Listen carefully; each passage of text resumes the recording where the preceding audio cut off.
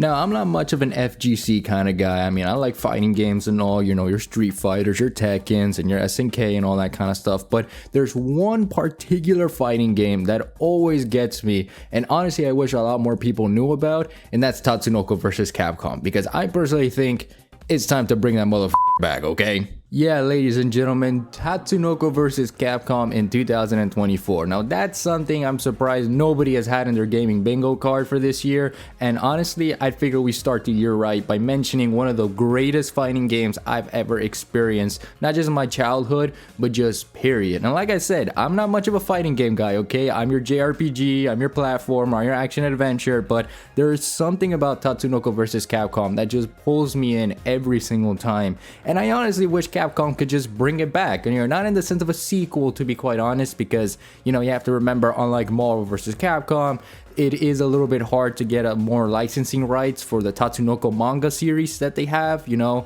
like the Yatterman series, you know, we can't forget about their little Power Rangers guys and all that. So it is hard to get a sequel going, but it does kind of suck because if you look back at the Street Fighter, you know, and Spy Family collab they did, that little animation, that gave me Tatsunoko vs. Capcom vibes, and I'm pretty sure that was the intention they were going with the animation direction, with the art direction they go, especially towards the end when, you know, Chun-Li and Yor did that, you know, crossover kick. It reminded me a lot of the opening of Tatsunoko vs. Capcom, and hence why I kind of want to talk about it for a bit. So yeah, in terms of a sequel, sorry guys, I don't think we can ever get that. It would be a little bit hard to get licensing rights to, you know, bring those characters back on Tatsunoko's side of things, and we have to understand that this was something that was completely out of left field, and I can understand why they had it for the Wii exclusively, but at the same time, at this point, Capcom, it's not hard to, you know, try and diversify a little bit, and with the amount of collections you presented for Mega Man, for Ace Attorney, by the way, you know, now that we're getting Apollo Justice down the line,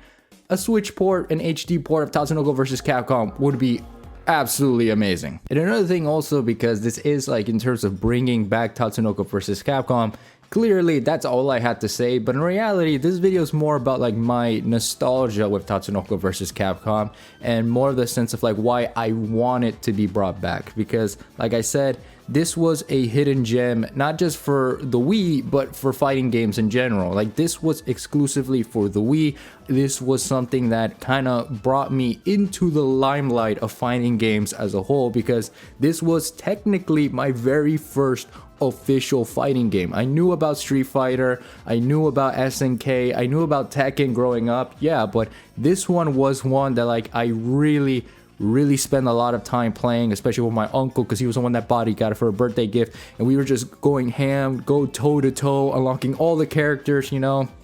I remember the mirror matches we've always had with, you know, Mega Man Voltnut and Zero constantly, you know. This was a game that I remember like 9-10-year-old me was like completely wowed by the graphics, by the music, especially that opening. That opening is, in my mind, one of the greatest openings I've seen to a fighting game, and just for an but just for a video game opening in general. And I did talk about this in the style of video game openings, where I did mention a little bit about Tatsunoko vs. Capcom in that video, because I just love this fighting game so much. And again, to tie it to the idea of, you know, bringing it back, it doesn't hurt not to bring it back, because it would really, first of all, it would preserve the game a lot, because there's, from this point up until the moment the game released, there hasn't been any means of preserving it. Yeah, in the FGC here, more or less, if you go on YouTube and search up Tatsunoko vs. Capcom, sure, some matches are there and some conventions in the bunch, and I think Evo at some point was kind of trying to keep it alive at a certain point,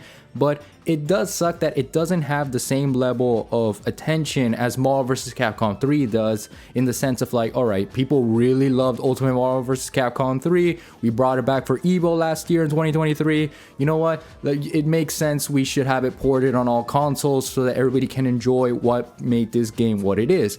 Tatsunoko vs. Capcom is no different in that approach, and again, it sucks that it is currently stuck on the Wii, in the sense of like, hey, this is the only means of playing it, unless, you know, emulation, in terms, because again, not console, but gaming preservation, and you know, an HD port of this would go a long way towards recognizing the level of, you know, epicness, the level of grandeur that this particular fighting game had.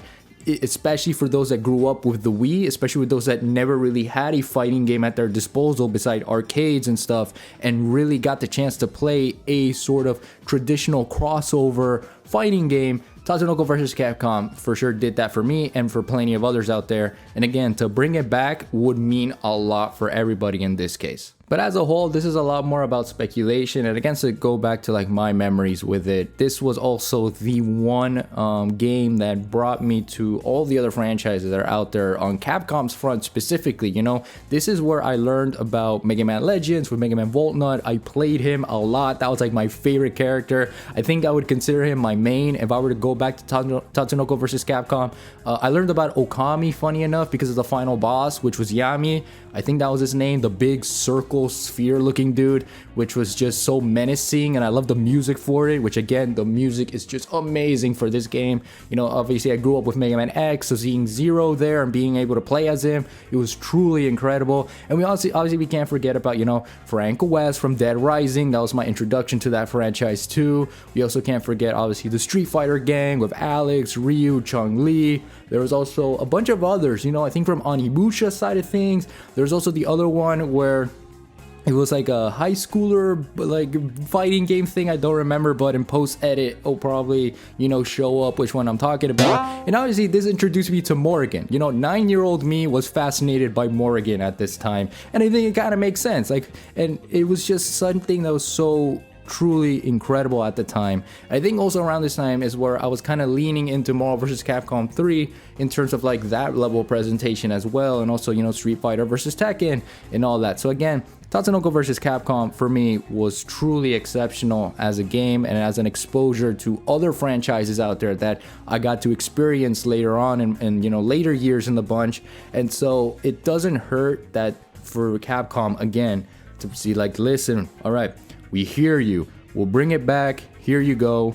Maybe down the line, if this gets like a big massive reception, which I'm sure it will, it has to be, we'll probably consider a version of Tatsunoko vs. Capcom, because I really want to see Yor be playable in a fighting game. Again, that animation really was incredible. But enough rambling, enough of me talking about Tatsunoko vs. Capcom, which hopefully I'll probably do a proper review on in the future and probably express my thoughts more about that game and more of my experiences with it, and maybe see if I'm actually as good as I was back in the day, which I probably was not, I gotta be honest, but you know, that's for another time. Let me know your thoughts down below on your thoughts about Tatsunoko vs. Capcom. If you remember playing that for the Wii, if you remember growing up with that, if you also played it, what was your main in Tatsunoko vs. Capcom?